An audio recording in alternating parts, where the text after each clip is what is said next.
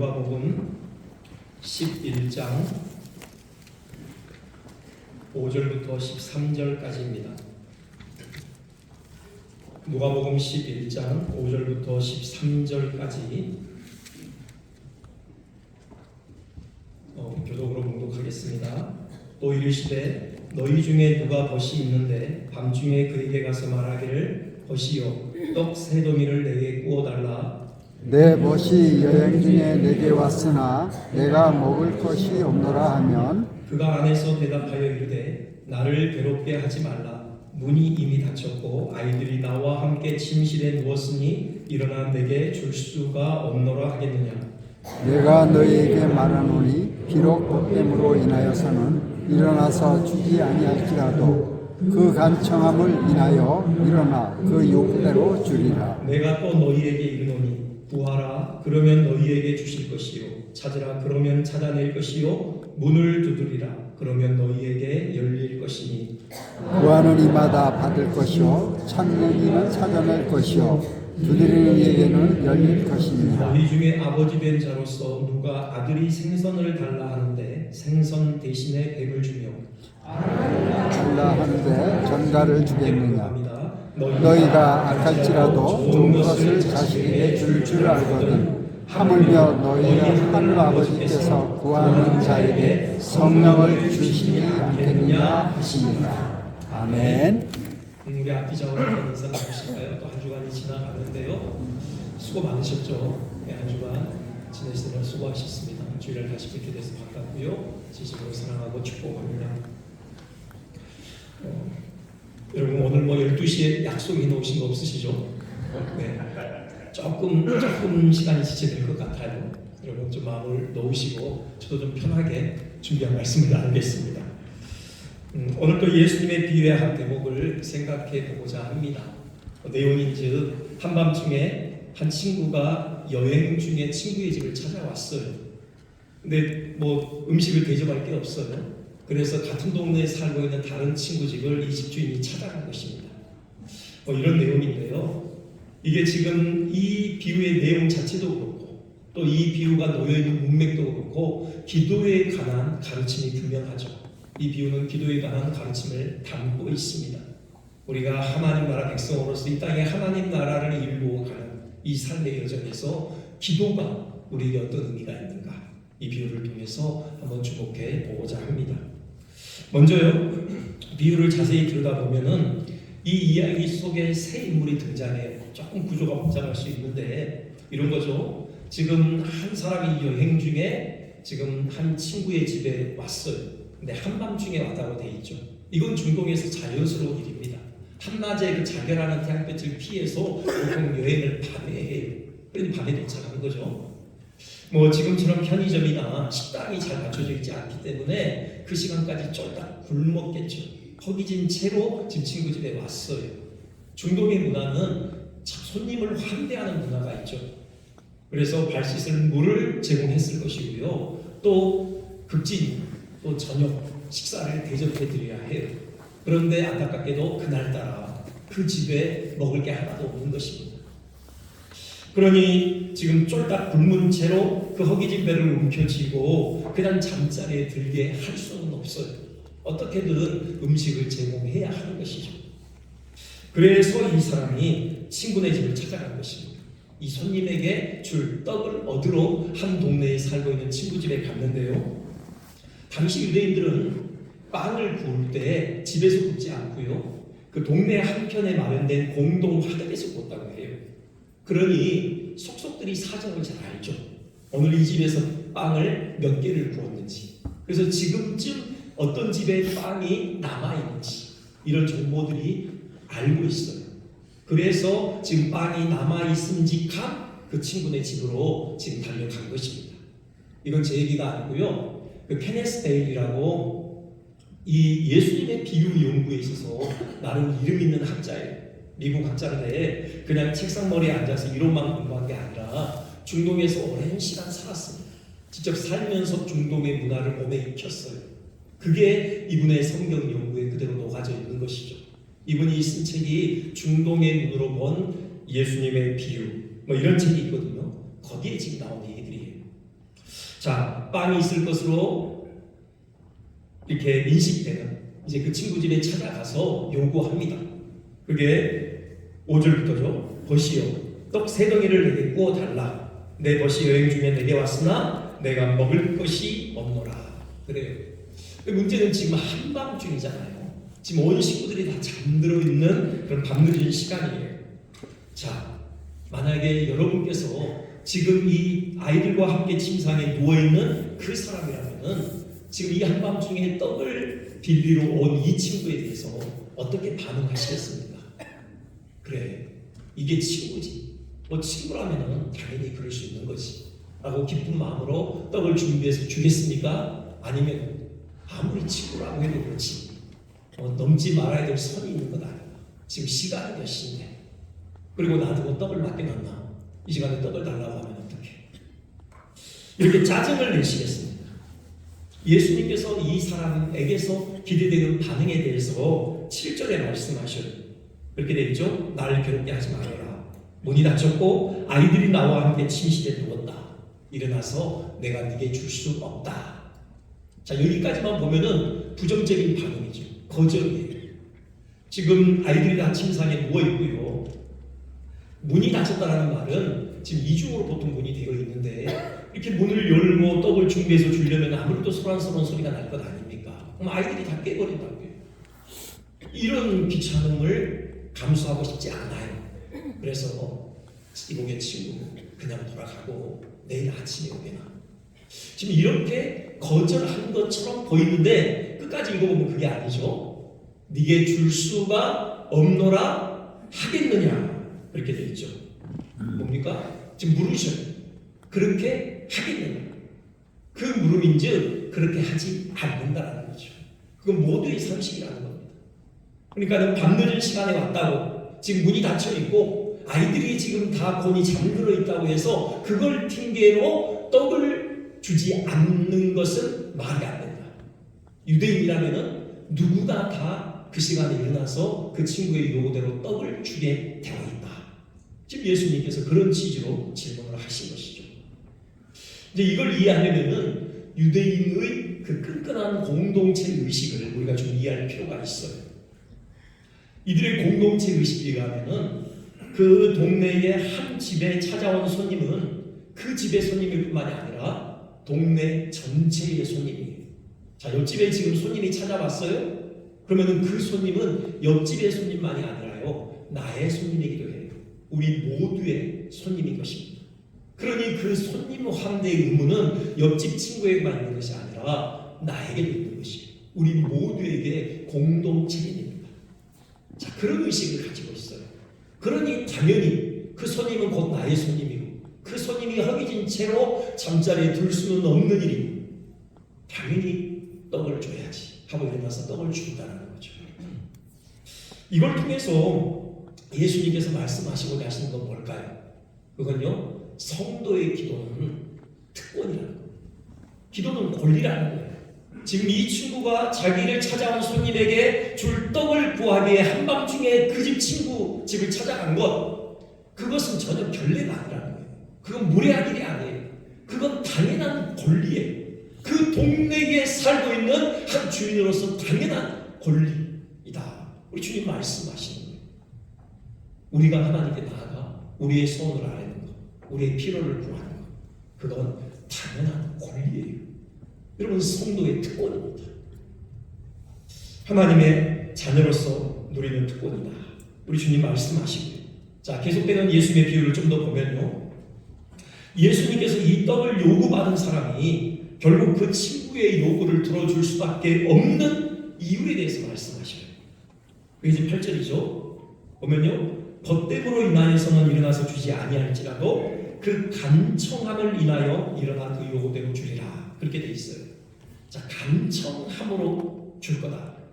이 간청함, 이 단어가 이렇게 우리에게 주는 어떤 뉘앙스, 그 인상은요, 그러니까 이 친구가 끈질기게 요구했을 것이다. 뭐 이런 인상을 줘요. 그러니까 처음에는 조용하게 시작했을 수 있죠. 이복의 친구, 내 사정이 딱하니까 좀 떡 좀 주지 않겠나. 근데 안에서 반응이 없는 거예요. 목소리가 좀 더 커지죠. 어이 친구, 좀 일어나 보게나. 그래도 반응이 없어요. 문을 두드립니다. 아이 좀 나오라니까. 그래도 반응이 없으니까 막 문을 발로 차요. 끝까지 밀고 늘어지는 거예요. 그랬더니 안에 있는 그 친구가 웬만하면 버티려고 했는데 도저히 안 되겠는 거예요. 이러다 밤을 꼬박 새겠는 거예요. 그래서 결국 나가서 부득이하게 떡을 줬다. 우리는 그런 인상을 받아요. 이 간청함이라는 단어 때문에. 근데 그게 아니에요. 이 단어가 담고 있는 의미는 그게 아닙니다. 사실 개혁 개정판은 이제 간청함, 개혁 한글판, 이전 성경판은 강청함 그랬는데 그런 의미를 담고 있어요. 이 아나이데이아라는 그런 언어인데요. 강청함, 뭐 뻔뻔스럽게 요구함, 끈질김, 뭐 이런 단어를 담고 있는 단어예요. 그런 의미를. 근데 그보다요 더 일차적인 의미가 있어요. 더 우선적으로 쓰이는 의미가 있습니다. 그게 뭐냐면 수치, 부끄러움, 그런 의미예요. 그러니 이 간청함은 지금 그 집을 찾아온 친구의 간청함이 아니라요. 지금 그 집 안에 누워있는 그 요구받고 있는 그 사람의 수치와 부끄러움을 의미하는 거예요. 그러니까 뭐냐면은 만약에 그 용어 들어주지 않고 끝까지 모른 체 하잖아요. 그러면은 그 다음날 아침에 그 사건이 온 동네방네에 소문으로 퍼질 거예요. 야, 누구네 집에 글쎄 친구가 찾아갔는데 손님 접대하기 위해서 끝까지 모른 척했대. 끝까지 안 도와줬대. 끝까지 문을 안 열어줬대. 이런 소문이 퍼지는 겁니다. 그러면 손님 환대의 그 의무를 다하지 못한 파렴치범으로 몰리는 거예요. 수치를 당하게 되고 부끄러움을 당하게 되는 것입니다. 조롱을 당하게 되는 것입니다. 그걸 방지하기 위해서, 수치를 당하지 않기 위해서, 부끄러움을 당하지 않기 위해서, 자기의 명예를 위해서 그 요구대로 주리라. 지금 예수님께서 그런 말씀을 하신 거예요. 자, 그러면 왜 이 비유를 말씀하셨을까요? 사람도 자기의 명예를 위해서, 부끄러움을 당하지 않기 위해서 그 힘든 부탁을 들어준다는데 하나님께서 어찌 너희들의 기도에 응답하지 않으시겠냐? 지금 그 말씀을 하시는 거예요. 하나님의 영광을 위해서라도, 하나님의 명예를 위해서라도 너희들의 기도에 반드시 응답하실 것이다. 주님 그 말씀을 하시는 거예요. 기도는 너희들의 특권이다. 그리고 그 특권으로 하려고 이 사람 앞에 나아갈 때 하나님께서 반드시 너희의 기도에 신실하게 응답하실 것이다. 믿고 기도하라. 이 말씀을 하신 거예요. 여기서요, 지금 이 비유가 전개되면서 발전이 있죠. 관계의 발전이 있어요. 처음에 친구로 시작해요. 벗어. 그러다가 나중에 여기 11절 12절 보면은 너희 중에 아버지 된 자 없어. 아들이 달라하는데 아버지와 아들의 관계로 발전한다. 이게 뭡니까? 하나님과 우리와의 관계가 친구의 관계이기도 해요. 아브라함을 친구라고 하셨잖아요. 근데 더 나아가서 하나님과 우리와의 관계는 아버지와 아들의 관계예요. 하나님 우리 아버지가 되시거든요. 선하시고 은혜로우신 아버지시고, 근데 자녀가 구하고 아버지 하나님께서 왜 들어주시지 않으시겠냐? 지금 그 말씀이죠.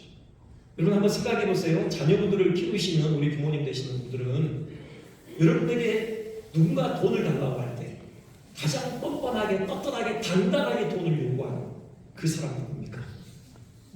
여러분 자녀들 아닙니까?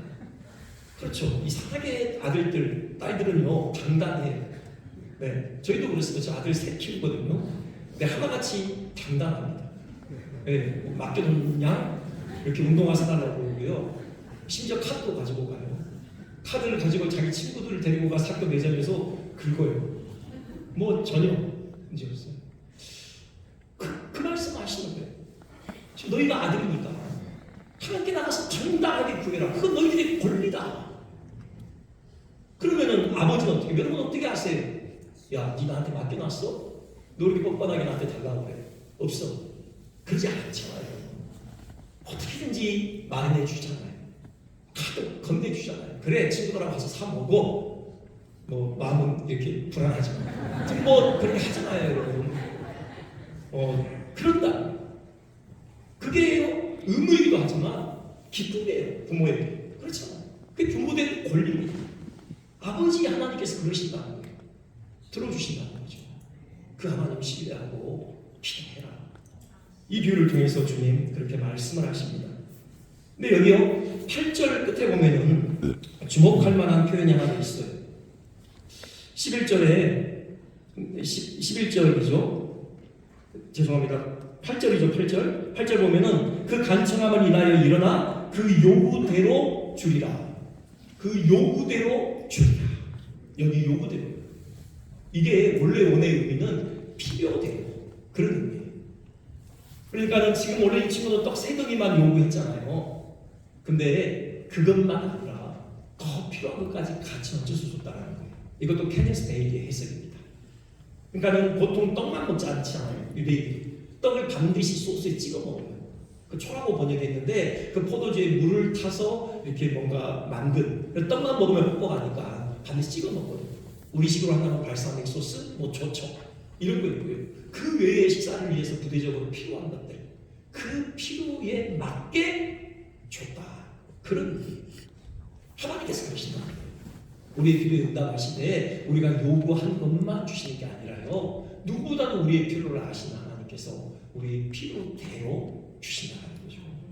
그래서 빌립보서 4장 19절 보면 이렇게 말씀하셔요. 나의 하나님이 그리스도 예수 안에서 영광 가운데 그 풍성한 대로 너희 모든 쓸 것을 채우시리라.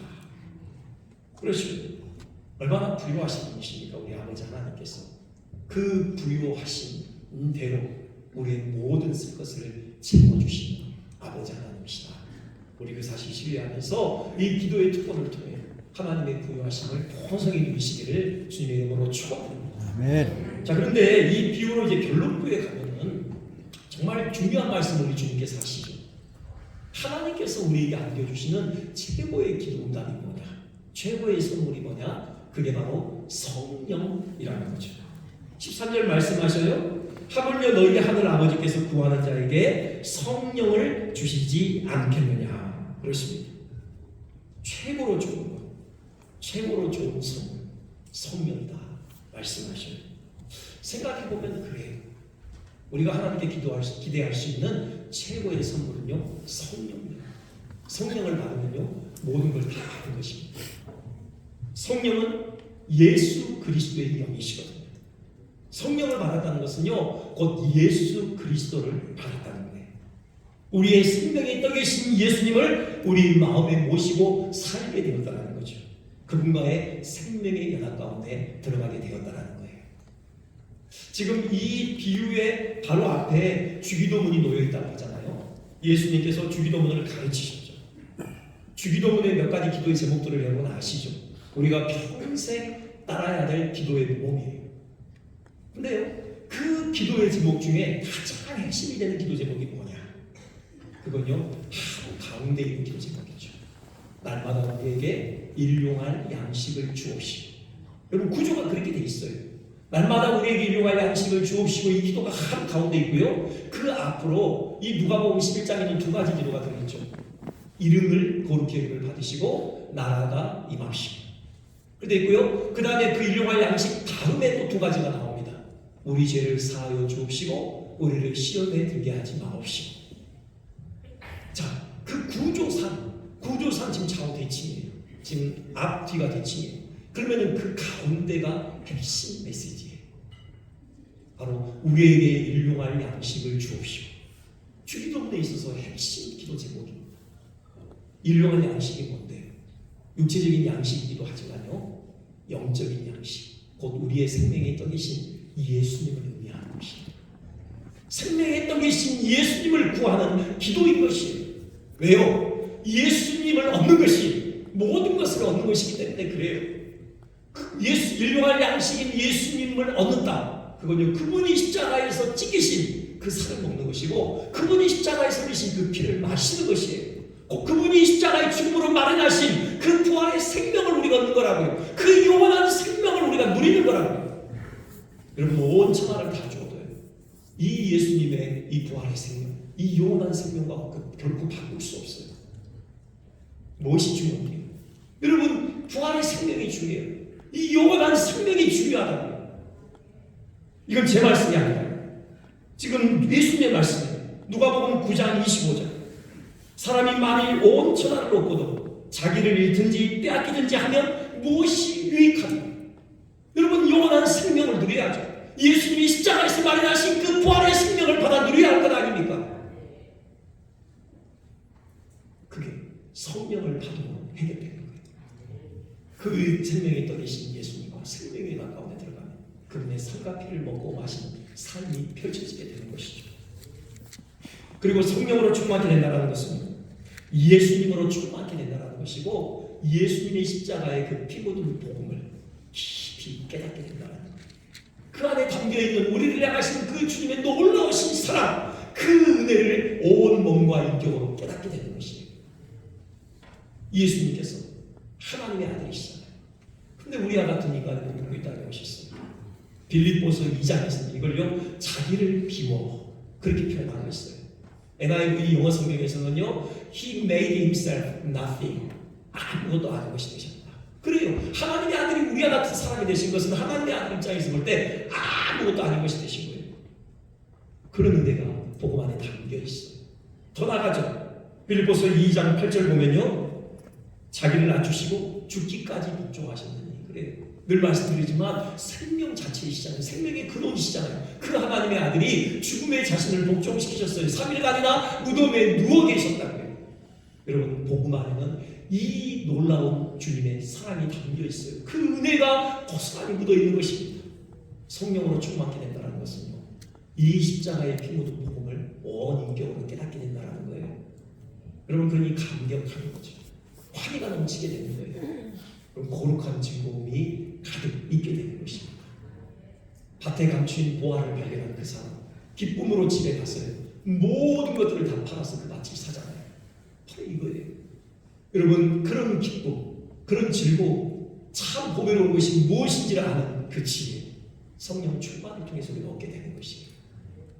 아까 우리 박영태 장로님께서 찬양하셨던 것처럼 예수님이 우리의 생명의 유일한 이유가 되는 것이죠. 그럴 때요, 마지막 한 가지인데요, 우리의 현실적인 필요에 대한 그 기도의 정당성을 확보하게 됩니다. 그러니까 무슨 말씀이냐면요, 솔직히 여러분, 기도 다 응답되시던가요? 여러분, 뭐 건강을 위해서 기도할 때 막 즉각 하나님께서 죽을 병에서 우리를 낫게 하시나요? 뭐 사업의 확장을 위해서, 사업의 번창을 위해서 기도할 때 여러분, 사업의 형통함이 바로바로 주어지나요? 자식의 대학 합격을 위해서 기도할 때 턱턱 대학 붙나요? 그러지 않을 때가 있잖아요.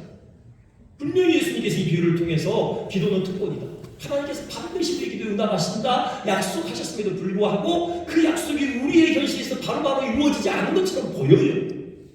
그렇죠. 왜 그러느냐? 하나님께서 능력이 없으셔서 그런가? 하나님의 선하심이 부족해서 그런가? 하나님은 우리 아버지가 아니셔서 그런가? 그게 아니에요.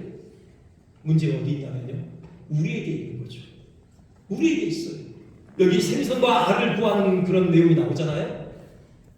우리는 생선이라고 생각하거든요. 이게 주어지면은 우리 인생이 너무 행복해질 것만 같아요. 우리 안에 참 만족이 주어질 것 같아요. 우리의 삶이 윤택해질 것 같거든요. 그래서 우리는 생선으로 알고 구해요. 그런데 하나님께서 보실 때 그게 생선이 아니라는 거예요. 아직 그건 뱀이에요. 그게 있으면 오히려 우리 영혼을 해친다. 우리 영혼은 망가뜨려요. 알이 아니라 우리 영혼을 쏘는 정갈이에요. 여러분, 그런 경우가 있잖아요. 건강하지 않았으면 죄를 안 짓죠. 건강하지 않았으면 그 죄 짓는 자리에 안 갔을 거 아니에요. 건강하지 않았다면 밤새서 죄 짓지는 않았을 거라고요. 여러분, 그 돈 없었으면 하나님만 봤을 거예요. 하나님만 바라봤을 거예요. 돈이 생기니까 돈은 끝이 없잖아요. 그 욕심. 그러니 그 돈 불리기 위해서 해야 되는 거죠. 맨날 그 돈 바라보고 있는 거죠. 하나님과 멀어진다는 거예요. 자식이요, 자식이 잘 되니까요, 자식이 너무 자랑스러워져. 자식이 내 삶의 존재 이유가 되죠. 자식이 우상이 돼요. 하나님을 높이기보다 자식을 높이고, 그럼 비극에 빠지게 됩니다. 생선인 줄 알았는데 하나님 보시기엔 뱀이라는 거예요. 그게 문제예요. 자, 성령으로 충만하다는 건요, 예수로 충만하다는 것입니다. 예수님만 바라본다는 거예요. 예수님만 나의 삶의 이유로 여긴다는 거죠. 예수님이 그 무엇보다도 가치롭고 보배로운 보화라는 사실을 우리가 분명히 확신한다라는 거예요. 예수님의 영광만을 추구한다는 거죠. 그럴 때 비로소 준비가 되는 거예요.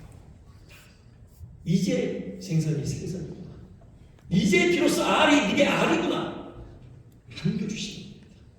그럴 때 그거 가지고 더 하나님을 영화한다는 것이, 그 것만 가지고 하나님 나라를 위하여 더 힘있게 일하는 것이고, 그 돈 가지고 또 하나님 나라를 이루어가는 소중한 은혜의 통로로 사용하는 것이죠. 자식이 하나님을 경외하는 것이 진정한 지혜임을 가르치는, 자식을 예수의 사랑으로 기르는 그런 영적인 부모가 비로소 되는 것입니다. 말씀을 정리하겠습니다. 기도는 특권입니다. 하나님은 우리 아버지가 되시고 자녀의 기도에 반드시 귀를 기울이시고 응답하십니다. 하지만 명심하십시오. 최고의 선물은 성령이십니다. 성령을 추구하십시오. 성령으로 충만하게 되기를 사모하십시오. 성령 충만할 때 우리는 이 땅에서 하나님 나라 백성으로서, 하나님 자녀로서 그 풍성한 영광을 누리는 증거한 그런 삶을 살게 될 것입니다. 우리 같이 자리에서 일어나셔서 이 기도 찬양 먼저 주목하고요. 같이 기도하는 시간이 되겠습니다.